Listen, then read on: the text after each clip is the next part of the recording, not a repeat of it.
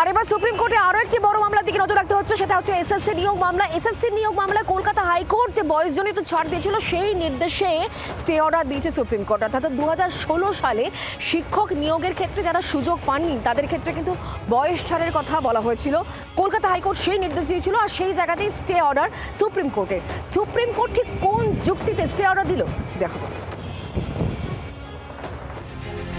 নতুন বছরের শিক্ষক নিয়োগ মামলায় নয়া মোড়। এবার প্রার্থীদের বয়স নিয়ে হাইকোর্টের রায় স্থগিতাদেশ শীর্ষ আদালতের।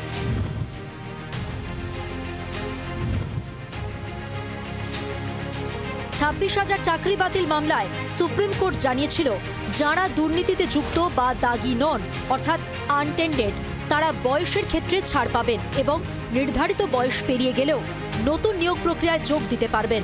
বিষয়টির ব্যাখ্যা চেয়ে কলকাতা হাইকোর্টে একটি মামলা দায়ের হয়েছিল। মামলাকারীদের দাবি ছিল, তারা 2016 সালে নিয়োগ প্রক্রিয়ায় যোগ দেননি, তাদের বিরুদ্ধে কোনো দুর্নীতির অভিযোগও নেই।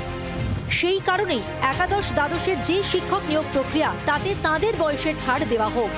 ওই মামলায় গত 12ই ডিসেম্বর কলকাতা হাইকোর্টের বিচারপতি অমৃতা সিনহা জানিয়েছিলেন, এসএসসি আলাদা করে আনটেন্ডেড প্রার্থীদের পূর্ণাঙ্গ তালিকা প্রকাশ করেনি, ফলে যারা নিয়োগ প্রক্রিয়ায় সুযোগ পাননি তাদেরও বয়সে ছাড় দেওয়া হবে। সেই নির্দেশে সুপ্রিম কোর্ট আপাতত স্থগিত রাখল। সোমবার শীর্ষ আদালতের বিচারপতি সঞ্জয় কুমার এবং বিচারপতি বিনোদ চন্দ্রনের বেঞ্চের পর্যবেক্ষণ, যোগ্য অথচ সুযোগ না পাওয়া চাকরি প্রার্থীদের ছাড় দিতে হবে এমন কোনো কথা নেই। শীর্ষ আদালতের পর্যবেক্ষণ, মূল মামলায় রায় দেওয়ার সময় সুপ্রিম কোর্ট শুধুমাত্র যেসব যোগ্য প্রার্থীরা চাকরি করছিলেন তাদের জন্যই বয়সের ছাড় দেওয়ার নির্দেশ দিয়েছিল। যে কনসেশনটা সুপ্রিম কোর্ট দিয়েছিল আনটেন্টেডদের, সেটা যে দোষ যারা চাকরি করতো, সিলেক্টেড এবং চাকরি করতো, সেইটা তো এই ক্যাটাগরির মধ্যে পড়ছে না। সেই জন্য আজকে সুপ্রিম কোর্ট মাননীয় বিচারপতি অমৃতা সিনহার অর্ডার স্টে করে দিয়েছে। একটা লোক যদি অর্ডার পেয়ে বেনিফিট পায়, সেই বেনিফিট তো আমাকে সবাইকে দিতে হবে। I have to extend it everyone. তো sympathy is no ground at all. আরে 1-2 নম্বরের জন্য জীবনে অনেক কিছু মিস করে থাকে, ওরাও মিস করবে, কি করা যাবে। সোমবার শীর্ষ আদালত এই মামলার সব পক্ষকে নোটিশ জারি করেছে। আগামী মার্চ মাসে মামলার পরবর্তী শুনানি রয়েছে।